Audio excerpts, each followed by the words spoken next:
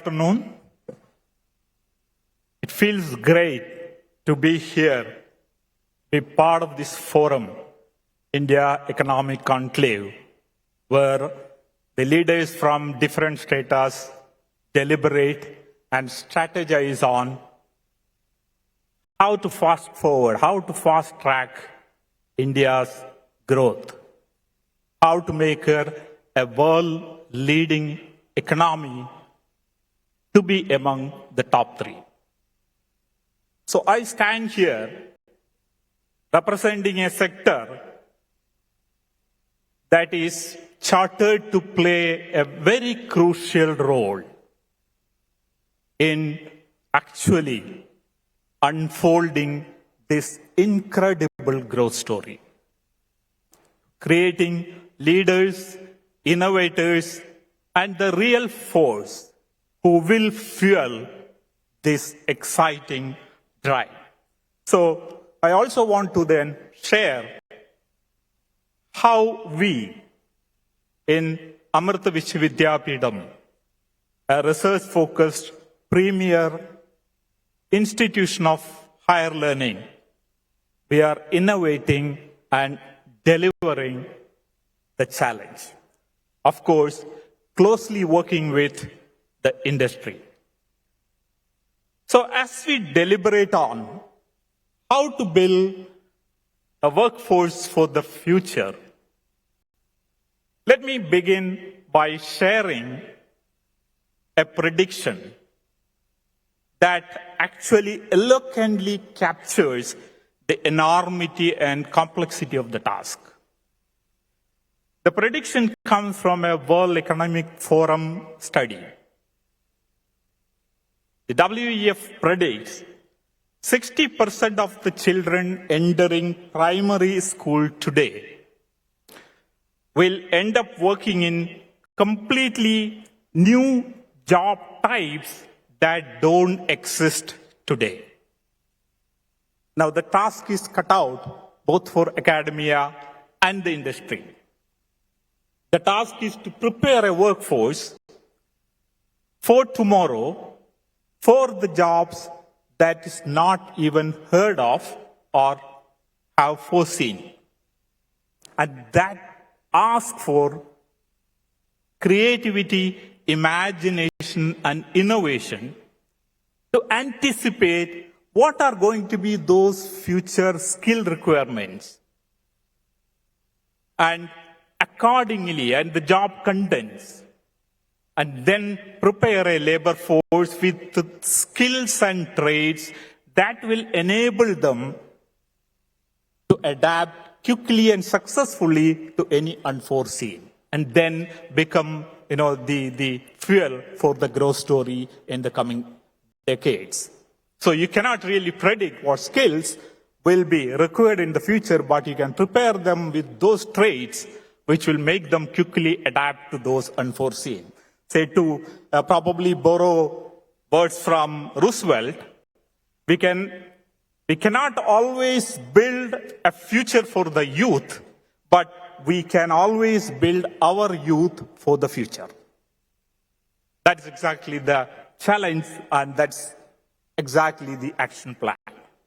So, in an era, if you look at that is marked by huge technological disruptions, and the AI, generative AI, and also the intelligent robots, they're all making very big changes, drastic changes in the business process and production processes. So now, pretty much we know that everyone, the industry is changing, the businesses are changing. Actually, they are in a flux trying to respond to these changes. And this is evolving unevenly.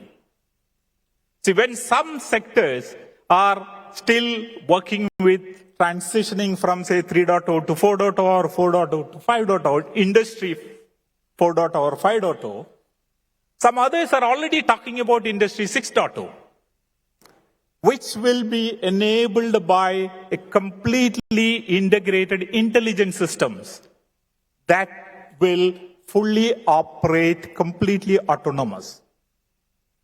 That would be a combination of human intelligence and artificial intelligence, human and robotic collaboration, cloud computing, the quantum computing, so on and so forth.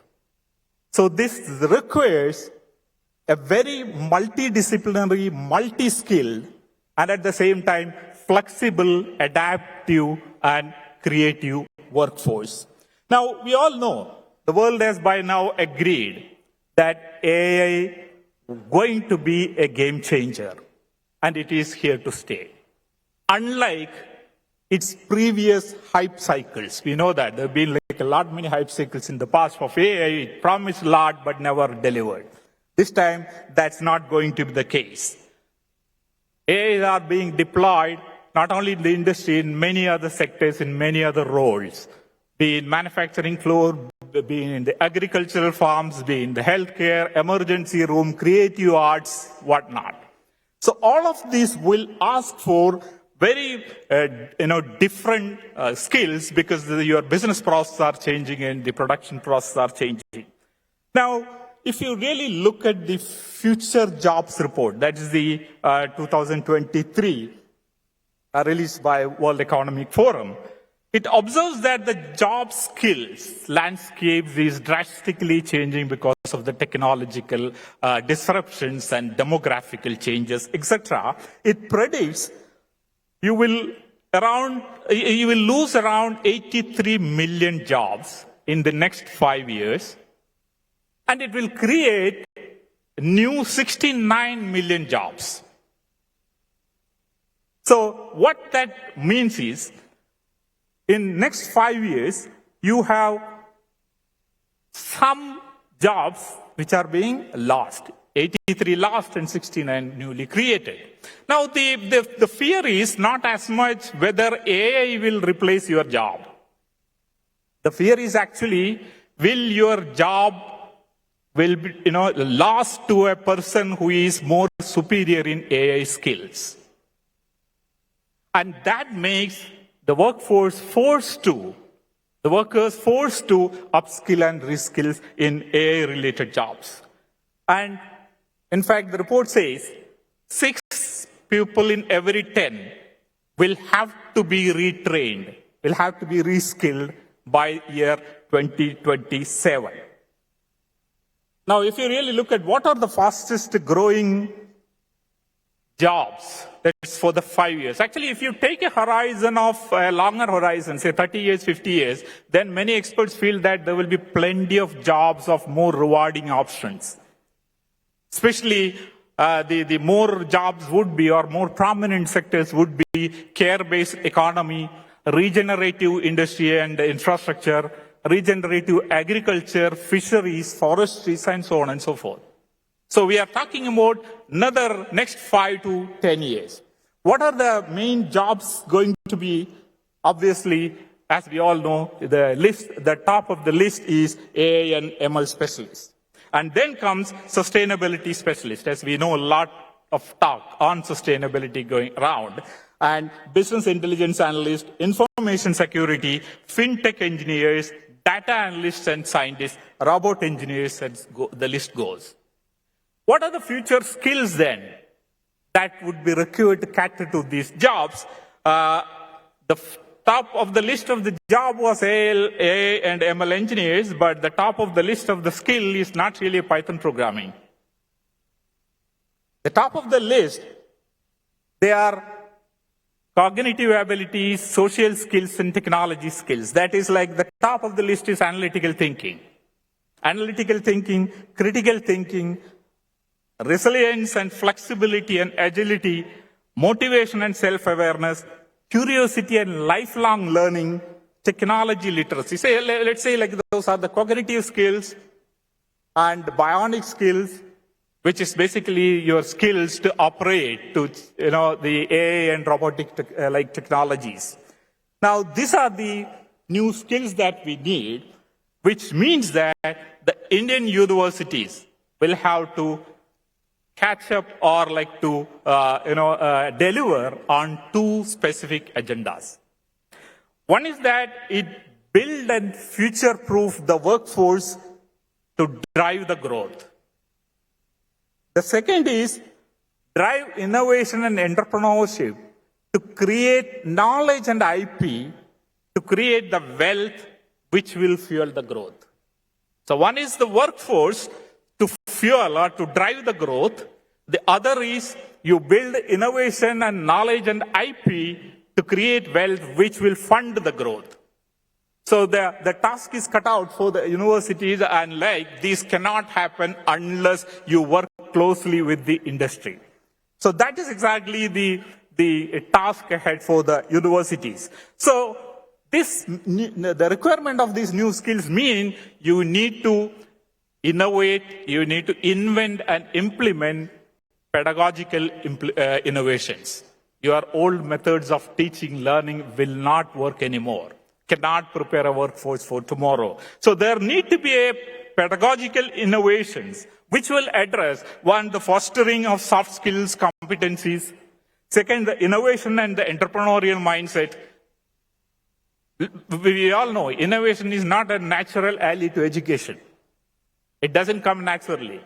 The education basically teaches, train us to be compliant with the existing, and innovation asks for disruption. So unless you purposely break that, what the inherently in there in the education, you cannot, foster an innovation culture. Hence, the pedagogy has to address that. The third, you need to have opportunity to explore and work with the developing technologies. The students and faculty should get an opportunity there. And the last, experiential learning. So these are the challenges, and these are the pedagogical challenges. So since I'm running out of time, let me wrap up. And Amrita is essentially doing this with a lot of changes in the way the training happens and how the innovations are encouraged. Say, for example, the School of AI is completely following a project-based learning and continuous evaluation method. Similarly, the life skills are integrated completely into the curriculum with a accredited course that runs across semesters, 3rd to say 7th semester, and the regular industry collaboration to get the curriculum updated and their interactions, etc. Apart from that, we also deal into a lot of collaborative research where industry and academia come together to create knowledge and create value. One of the classic example I want to put here, before I conclude, in fact, Amrita, the professor, built a bulletproof, blast-proof, fire-proof composite material, which is now used in army to create the army, their armament as well as the infrastructure, which is actually saving an import of 20,000 crore a year. That's a classic example of how industry, government, and academia can work together in the indigenization of India's armament. Now, with that, I want to close up with a remark that we need to have a real purposeful, deliberate collaboration between academia and industry. If I quote the Chinese example before I wrap up, say China, in 2015, if you look at, there was 1.5 lakhs projects of industry academia collaboration, which went to 3 lakhs projects by 2020. In funding, 100 billion yuan to 300 billion yuan in 2020. India needs to identify these key areas, AI, e-mobility, semiconductor space, and come up with a strategy, a deliberate, a purposeful, and imaginative policy and actions plans by government, by the academia, and by the industry, which will define our trajectory of growth to 50 trillion by 2050. With that, let me close. Thank you very much.